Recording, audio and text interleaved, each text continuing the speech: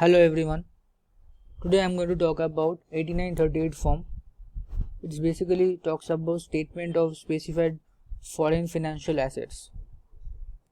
So you can see it's a 3-page form and there are 6 parts. Part 1, part 2, part 3.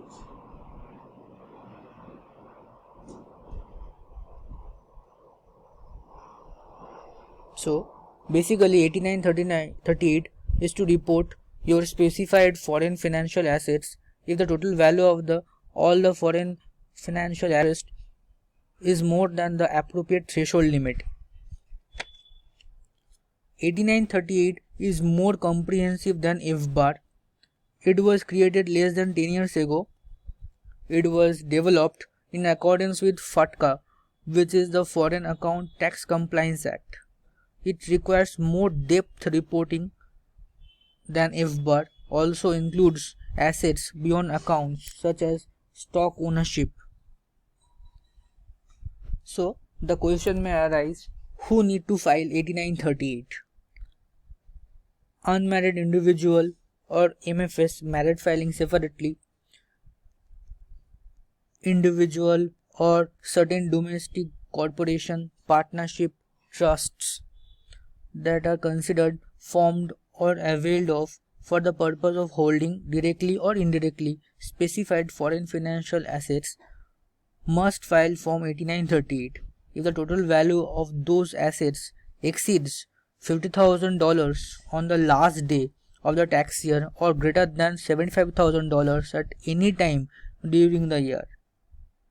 And for MFJ, married filing jointly, the total value of asset must be more than $100,000 on the last day of the tax year or greater than $150,000 at any time during the year. But keep in mind, if you do not have to file an income tax return for the tax year, you don't have to file 8938 form, even if the value of the specified foreign assets is more than the appropriate reporting threshold. So now the question may arise, if you do not file 8938, so what will happen? If you don't file 8938 correctly, appropriately, or not in complete form, then you will receive a mail in the form of notice from IRS within 90 days for the failure to file, and you may be subject to an additional penalty of $10,000 for each 30-day period during which you continue to fail to file Form 8938 after the 90-day period has expired. So guys, you can see the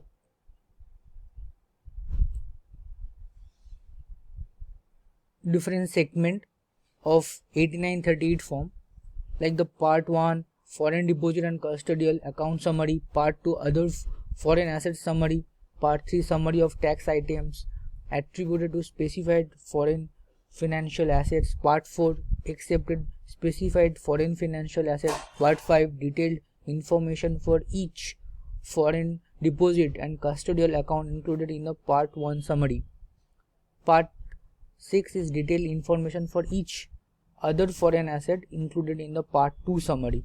So guys, you can ask me what is custodial account and what is depository account. So what is the basic difference? So I am answering your questions. Like, the custodial account is an arrangement for holding a financial statement, contract or investment including corporate stocks, notes, bonds, debentures or other evidence of indebtedness, a currency or commodity transaction. So now comes to the difference between custodial account and depository account.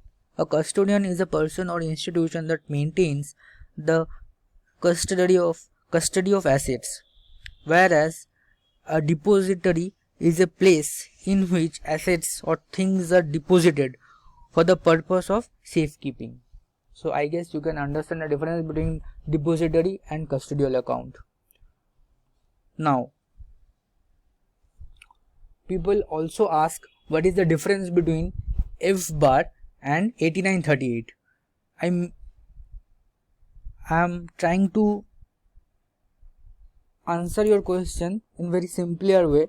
So basically, 8938 is a form which is included in your tax return form, that is for 1040, and FBAR is filed separately to IRS.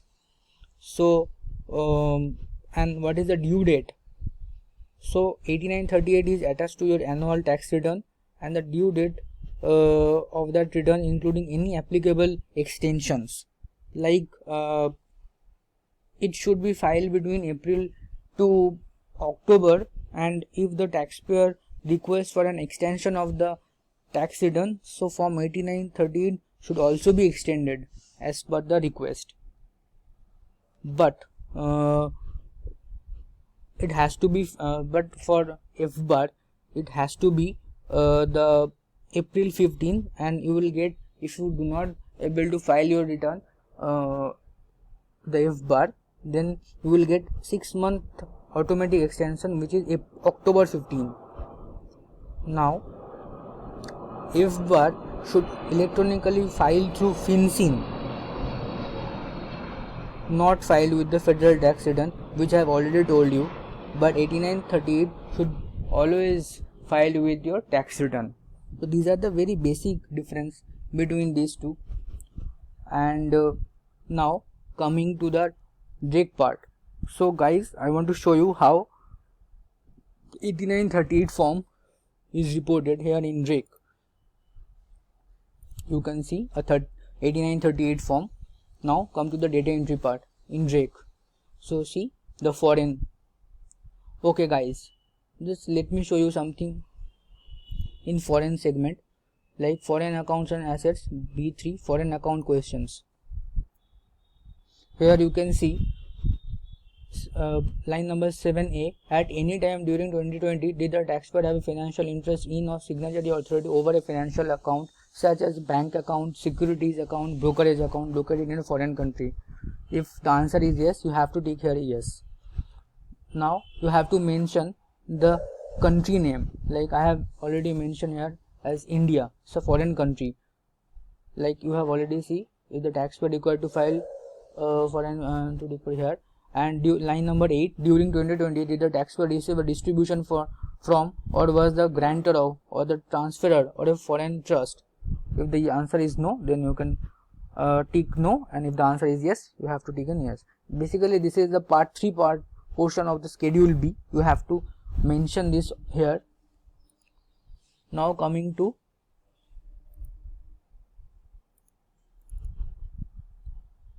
form, see FinCEN form 114 and or form 8930. So basically guys, you have to report 8930 and FBAR in the same form. In the third part, form 8938 specific account information. See the type of account, depository or custodial. I have already told you what is the difference between the custodial and different depository account. Also you can see what you have to report, like foreign currency exchange rate information, foreign currency in which account is maintained. I have mentioned INR. Foreign currency exchange rate used to convert to US dollars. Mention that current conversion rate. Source of exchange rate if not from US Treasury Department's Bureau of the Fiscal Service. So I mentioned US Treasury. Now closing the screen here. Now coming to here. So if you have mentioned here like what the account type of account is, like the depository account or a custodial account, it should flow here in the output segment. You can see the left corner side of the form 8938, it has already been generated. So the name shown on the return, taxpayer identification number, specified individual, foreign deposit or custodial account summary, how many are deposit accounts, how many are custodial accounts. You can see the total value of deposit accounts and all the value of custodial accounts. Also, you can see here the detail type of the foreign or custodial account, the deposit or the custodial, it was deposit, account number, maximum value of account during the tax year, foreign currency, foreign exchange rate, and the source of exchange rate used, US Treasury. Name of the financial institutions. This is the part 5. Address, part 6.